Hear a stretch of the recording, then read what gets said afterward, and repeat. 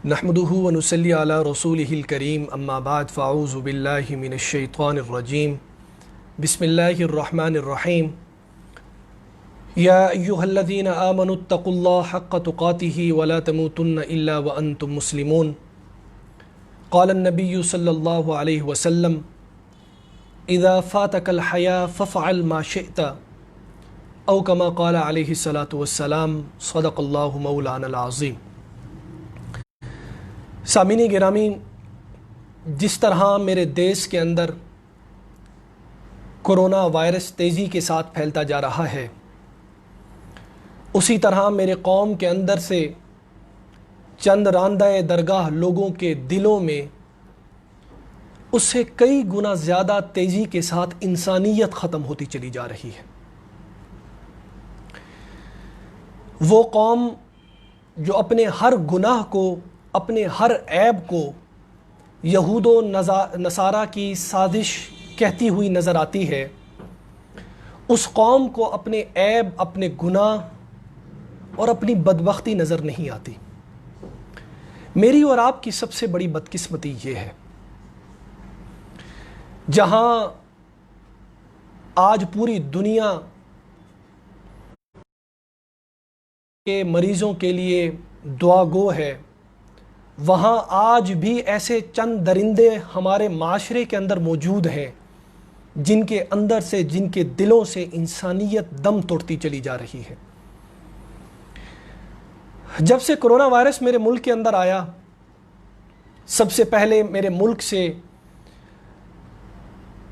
Sanitizer کم ہونا شروع ہو گئے، بلیک ہونا شروع ہو گئے، پھر ماسک بلیک ہونا شروع ہو گئے، اور پھر اس ملک کے عمراء نے ذخیرہ اندوزی شروع کر دی، اور پھر ہم نے دیکھا کہ جب ایک دوائی کے حوالے سے آیا کہ یہ دوائی کرونا وائرس کے بیماروں کے لیے صحت مندی کا ایک باعث بن سکتی ہے، تو وہ بلیک ہونا شروع ہو گئی۔ پھر ہم نے دیکھا تھا وہ 5 سے 7 لاکھ روپے تک چلا گیا۔ پھر ہم نے دیکھا وہ آکسیجن جو لوگوں کو، ایک بیماروں کو راحت کا ذریعہ ان کے لیے بن سکتی تھی، جو چند 100 روپے کی تھی، لیکن اس ملک کے جنت کے ٹھیکیداروں نے اس کو بھی بلیک کرنا شروع کر دیا۔ اور وہ لوگ جن کے اپنے ان کے سامنے سسک رہے تھے، بلک رہے تھے، جو اپنی جان دے رہے تھے، جن کو اس آکسیجن کی ضرورت تھی، سامعین گرامی، وہ لاکھوں روپے تک اس آکسیجن کو خریدنے کے لیے تیار ہو گئے۔ لیکن سامعین محترم، ہمیں تب بھی اس قوم کے ان راندہ درگاہ لوگوں کو حیا نہیں آیا۔ وہ کیا سمجھتے ہیں کہ کیا انہوں نے مرنا نہیں؟ وہ کیا سمجھتے ہیں کہ انہوں نے اللہ کے سامنے پیش نہیں ہونا؟ میں ان لوگوں سے مخاطب ہونا چاہتا ہوں جو اس دور کے اندر، اس وقت کے اندر لوگوں کی مجبوریوں سے فائدہ اٹھا رہے ہیں۔ میں آج ان سے مخاطب ہونے کے لیے آیا ہوں۔ ان کے لیے میرے رب نے قرآن مجید میں کیا فرمایا؟ أَفَأَمِنَ الَّذِينَ مَكَرُوا السَّيِّئَاتِ أَن يَخْسِفَ اللَّهُ بِهُمُ الْأَرْضَ أَوْ يَأْتِيَهُمُ الْعَذَابُ مِنْ حَيْثُ لَا يَشْعُرُونَ، کہ جو لوگ بری بری تدبیریں چلتے ہیں، وہ کیا سمجھتے ہیں کہ اللہ ان کو عذاب میں مبتلا نہیں کرے گا، ان کو زمین میں دھنسا نہیں دے گا۔ وہ بے خوف ہیں کہ اللہ ان کو ایسی جگہ سے عذاب میں مبتلا کرے گا، من حیث لا یشعرون، کہ وہ شعور بھی نہیں رکھتے ہوں گے کہ عذاب کہاں سے آیا۔ ہم میں سے کتنے لوگوں نے سنا تھا اس کرونا وائرس کے بارے میں؟ آج سے 6 مہینے پہلے کیا ہم نے سوچا تھا کہ اپنے لوگوں کو ہم اپنے ہاتھوں سے قبروں کے اندر دفنا بھی نہیں سکیں گے، ہم ان کا آخری دیدار نہیں کر سکیں گے، ہم ان کے جنازے میں شامل نہیں ہو سکیں گے؟ ہم میں سے کتنے لوگوں نے سوچا تھا؟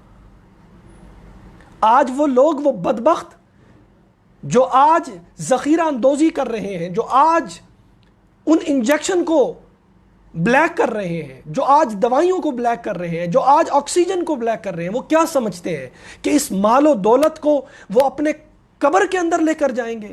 میں ان سے مخاطب ہو کر کہنا چاہتا ہوں، جائیے دیکھیے اپنے بڑوں کو ان کی قبروں کے اندر کہ کیا ان کے کفن کے اندر کوئی جیب تھی جس کے اندر وہ دنیا کا مال لے کر گئے؟ جائیے دیکھیے کہ کیا آج ان کی ہڈیاں بھی بقایا ہیں یا وہ مٹی ہو گئے. آپ کو بھی مٹی ہو جانا ہے.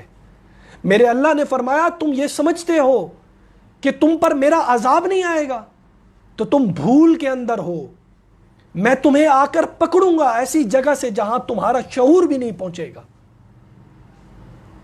آج کس قدر ہم ظالم بن گئے, ہم کس قدر ظالم بن گئے. کیا چھوٹا شہر کیا بڑا شہر, ہر جگہ پر اس وقت لوگ ذخیرہ اندوزی کر رہے ہیں. ہر جگہ پر اس وقت لوگ چیزوں کو سٹاک کر رہے ہیں.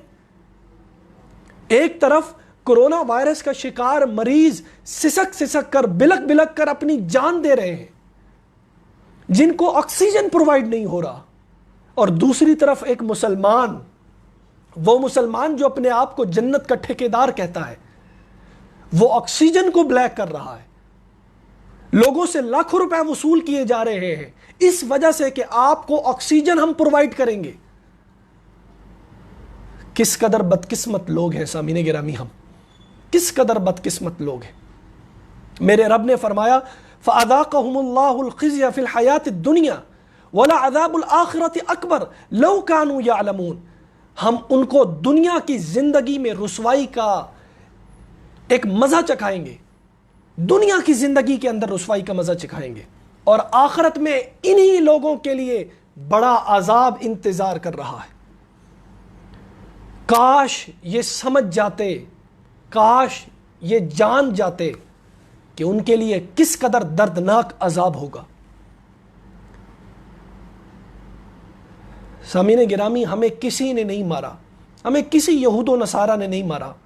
ہم کہتے تھے کہ ہماری قوم کے امیر ظالم ہیں.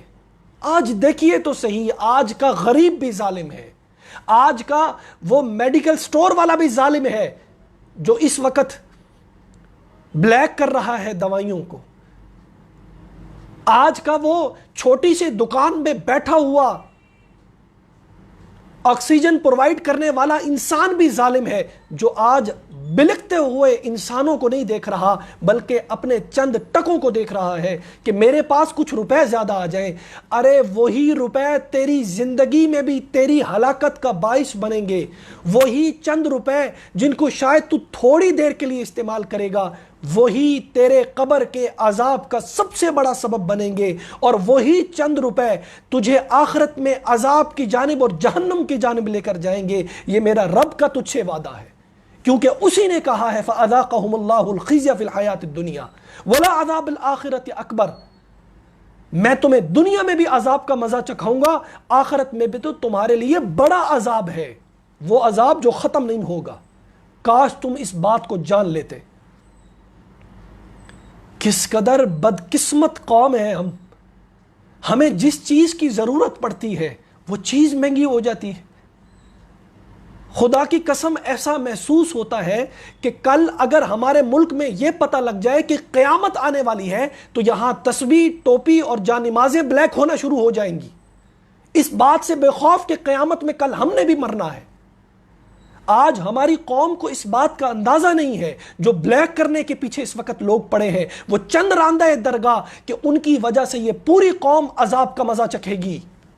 کیونکہ جب اللہ کا عذاب کا کوڑا آتا ہے وہ کسی ایک فرد کے لیے نہیں آتا, جب وہ گناہگار کے لیے آتا ہے تو وہ نیک کے لیے بھی آتا ہے. ہم یہ سوچ ہی نہیں رہے کہ ہم نے کورونا وائرس کے بارے میں کبھی سوچا نہیں تھا. اگر کورونا وائرس یہود و نصارہ کی سازش ہے جو آج سے کچھ عرصہ پہلے ٹڈی دل آیا, جو آج بھی ہماری فصلوں کو, ہماری جتنی بھی زراعت سے ریلیٹڈ لوگ ہیں جائیے ان سے پوچھئے, پوری فصلوں کو تباہ کر دیا ٹڈی دل نے. آج بے موسمی بارشیں یہ بھی یہود و نصارہ کی سازشیں ہیں یا ہمارے اعمال کا نتیجہ ہے؟ جہاں بارش کی ضرورت ہوتی ہے وہاں بارش نہیں ہوتی, جہاں بارش کی ضرورت نہیں ہوتی اور کسان دعا کر رہا ہوتا ہے بارش نہ آئے, فصل پک کر تیار ہو چکی ہے, وہاں اللہ کی طرف سے یالا باری ہوتی ہے, اولے برسائے جاتے ہیں. یہ اللہ کا عذاب نہیں تو کیا ہے میری قوم کے لیے؟ آج ہر چیز کے اندر ہم مجبور ہو چکے ہیں. بیمار ہے تو وہ بھی مجبور ہے، بیمار کے ساتھ اٹینڈنٹ ہے تو وہ بھی مجبور ہے، آج قوم کا ہر فرد مجبور ہے۔ ہم یہ سمجھتے ہیں کہ آج کا ہمارا بجٹ جو منفی ہو چکا ہے، وہ بجٹ ہمارے بڑوں کی سیاسی طور پر نااہلی کی وجہ سے ہوا ہے۔ ہم یہ نہیں سوچتے وہ سیاسی نااہلی ان کی وجہ سے نہیں، وہ اس قوم کے لوگوں کی وجہ سے ہے، ان کے اعمال کی وجہ سے ہے، ان کے گناہوں کے سبب ہے۔ اللہ اس قوم کو عذاب در عذاب کے اندر مبتلا کرتا چلا جا رہا ہے۔ ہم آج بھی تیار ہونے کو تیار نہیں، ہم آج بھی اللہ کی طرف جانے کو تیار نہیں۔ میرے رب نے فرمایا یا ایھا الذین آمنوا اتقوا اللہ حق تقاتہ ولا تموتن الا وانتم مسلمون۔ اللہ سے ڈرو، ایسے ڈرو جیسے ڈرنے کا حق ہے، تم نے مرنا ہے۔ اللہ تو ہمیں قرآن میں جگہ جگہ پر بتا رہا ہے تم نے مرنا ہے، تم نے مرنا ہے۔ مسلمان ہو کر مرو، امانت دار ہو کر مرو۔ جس امت کے نبی نے کافروں کے ساتھ بھی امانت داری والا سلوک کیا، آج اس نبی کا امتی اپنے مسلمان بھائیوں کے لیے، اپنے ملک کے، اپنی قوم کے ان لوگوں کے لیے جو مجبور ہے، آج ان کے لیے عذاب کا سبب بن چکا ہے۔ اب بھی وقت ہے، ڈریے۔ ان ذخیرہ اندوزوں سے کہنا چاہتا ہوں، ان سٹاکیوں سے کہنا چاہتا ہوں جو آج دوائیوں کو سٹاک کر رہے ہیں، انجیکشنز کو سٹاک کر رہے ہیں، آکسیجن کو سٹاک کر رہے ہیں، کہ تم بھی کل مجبور ہوگے۔ اور یاد رکھو اللہ نے کہا ہے جب تم مجبور ہوگے تو اللہ تمہیں عذاب میں مبتلا کرے گا۔ وہی روپیہ پیسہ جو تم آج اپنی اولاد کے لیے اکٹھا کر رہے ہو، کل ان کی بیماری کے باعث وہی پیسہ تمہارا خرچ ہوگا۔ اللہ تمہیں ایسی عذاب میں مبتلا کرے گا کہ تمہارا وہم و گمان بھی اس طرف نہیں آئے گا۔ میرے نبی نے فرمایا تھا اذا فاتک الحیا ففعل ما شئت، کہ جب حیا مر جاتا ہے تو انسان جو چاہے مرضی کرتا پھرے، اسے کچھ محسوس نہیں ہوتا۔ اس لیے آج اس قوم کو محسوس نہیں ہو رہا کہ آج ہمارے اندر سے حیا ختم ہو گیا۔ وہ جی یہودیوں نے ہمارے خلاف سازشیں کر دی، وہ جی نصرانیوں نے، عیسائیوں نے ہمارے خلاف سازشیں کر دی۔ یہ ٹڈی دل جو آئی جس نے ہماری فصلوں کو تباہ کر دیا، ابھی آپ آگے دیکھیے گا، اللہ نہ کرے لیکن ابھی سے آپ کو بتایا جا رہا ہے، ماہرین بتا رہے ہیں کہ اگلے سال کے اندر خوراک کا بھی قحط آنے والا ہے، کیونکہ ٹڈی دل نے پوری زراعت کو تباہ کر کے رکھ دیا۔ بے موسمی بارشوں نے پوری فصلوں کو تباہ کر کے رکھ دیا۔ اگلا قحط ہمارا انتظار کر رہا ہے۔ کیا یہ بھی یہود و نصارہ کی سازشیں؟ اللہ سے ڈریے، اللہ سے خوف کیجئے، اللہ سے پناہ مانگیے۔ آج بھی وقت ہے، خدا کی قسم اب یہی عذاب رہ گیا کہ اللہ کی طرف سے اس قوم پر پتھروں کی بارش ہو یا اس قوم پر آگ کی بارش ہو، اس کے علاوہ ہمارے پاس کچھ اور باقی نہیں رہ گیا۔ اللہ رب العزت ہماری حالت زار پر رحم فرمائے، اور اس سے پہلے اللہ ہم سب کو مسلمان بننے کی، ایک اچھا انسان بننے کی توفیق عطا فرمائے، اور اللہ ہم سب کو اس کرونا وائرس اور اس جیسے جتنے بھی عذاب ہیں، اللہ ہم سب کو اس سے محفوظ فرمائے۔